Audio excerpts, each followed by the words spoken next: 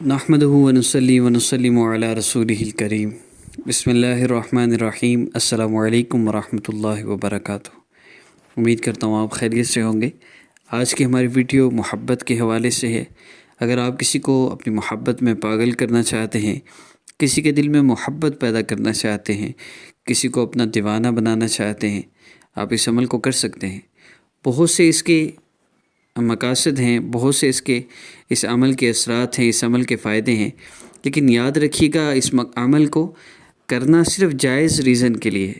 کوئی آپ کا ایسا مسئلہ ہے، مثال کے طور پر اپنے شوہر کے لیے آپ پر ظلم کرتا ہے، اس کے لیے کریں۔ ساس کی طرف سے آپ کو مسئلہ ہے، اس کے لیے کریں۔ جاب میں آپ کا آفیسر ہے، آپ کا جو باس ہے، وہ آپ کو پروموشن نہیں دے رہا، کوئی نہ کوئی رکاوٹ کھڑی کر دیتا ہے، اس کے لیے کر لیں۔ اس کے علاوہ اور بھی اس طرح کے جتنے مسائل ہیں جن میں آپ چاہتے ہیں، رشتہ دار آپس میں ناراض ہیں، ان کے دل میں محبت پیدا کرنا چاہتے ہیں، کوئی بھی مسئلہ ہے، انشاءاللہ آپ کا مسئلہ حل ہوگا۔ کرنا آپ نے کیا ہے، 4 اعمال جو احادیث مبارکہ سے ثابت ہیں، ان اعمال کو اپناتے ہوئے آپ نے جو وظیفہ بتایا جائے گا اس کو کرنا ہے، انشاءاللہ آپ کا مسئلہ حل ہو جائے گا۔ سب سے پہلے آپ نے 2 رکعت نفل حاجت کی نیت سے پڑھنے ہیں۔ اس کے بعد آپ نے دوسرا کام جو کرنا ہے وہ اس اسم مبارکہ کا ذکر ہے، جو میں آپ کو بتاؤں گا، آپ نے وہ کرنا ہے۔ اس کے بعد تیسرا کام ہے، آپ نے نبی علیہ الصلوۃ والسلام پہ جتنا ہو سکے 10 20 15 100 دفعہ، کم از کم زیادہ سے زیادہ 70 100، یہ تعداد کثرت میں آتی ہے، جتنی دفعہ آپ آسانی سے پڑھ سکتے ہوں آپ نے درود پاک پڑھنا ہے، اور اس کے بعد اللہ رب العزت سے دعا کرنی ہے۔ کم از کم 2 سے 5 منٹ تو دعا ضرور ہو، آپ نے دعا کرنی ہے اللہ رب العزت سے، اور آخر میں جب دعا مکمل ہو جائے تو آخر میں 3 مرتبہ درود ابراہیمی پڑھنا ہے۔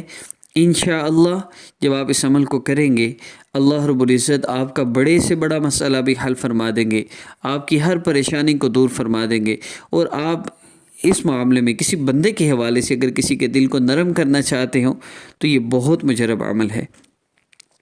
عمل کی ترتیب کی طرف بڑھتے ہیں۔ 3 مرتبہ آپ نے درود پاک پڑھ لیا، اب اس کے بعد آپ نے اللہ رب العزت کے اسماء مبارکہ کا جو ذکر ہے، 2 رکعت نفل حاجت کی نیت سے، نمبر 1، نمبر 2 یہ جو ذکر ابھی ہوگا یہ آپ نے کرنا ہے، نمبر 3 آپ نے نبی علیہ السلام پہ درود پاک پڑھنا ہے جتنا ہو سکے، اور آخر میں آپ نے دعا کر لینی ہے۔ دعا کے بعد درود پاک ضرور پڑھیے۔ عمل کے شروع اور آخر میں مشکات شریف کی حدیث حضرت عمر رضی اللہ تعالیٰ عنہ کی سے روایت ہے، مفہوم عرض کر رہا ہوں کہ درود پاک جو ہے وہ یہ دعا کہ اللہ رب العزت کے ہاں پہنچنے میں درود پاک کا نہ پڑھنا یہ رکاوٹ بن جاتا ہے، اس لیے درود پاک ضرور پڑھنا ہے۔ عمل کی ترتیب کی طرف بڑھتے ہیں۔ اللہ رب العزت کے اسم مبارک کا، اسم ذات کا آپ نے میرے ساتھ ذکر کرنا ہے، اور ذکر ہوگا لا محبوبی الا اللہ۔ یہ ذکر آپ نے میرے ساتھ کرنا ہے، لا محبوبی الا اللہ۔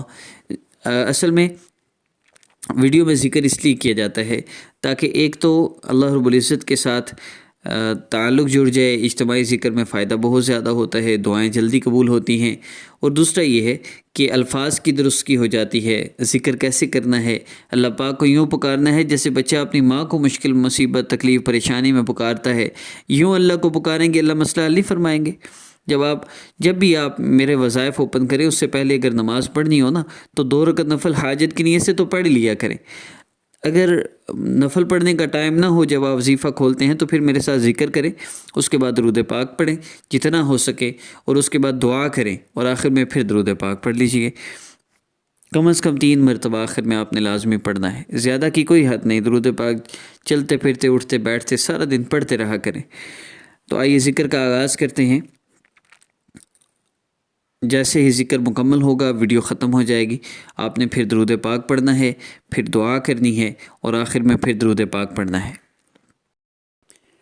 لا محبوبی الا اللہ، لا محبوبی الا اللہ، لا محبوبی الا اللہ، لا محبوبی الا اللہ، لا محبوبی الا اللہ، لا محبوبی الا اللہ،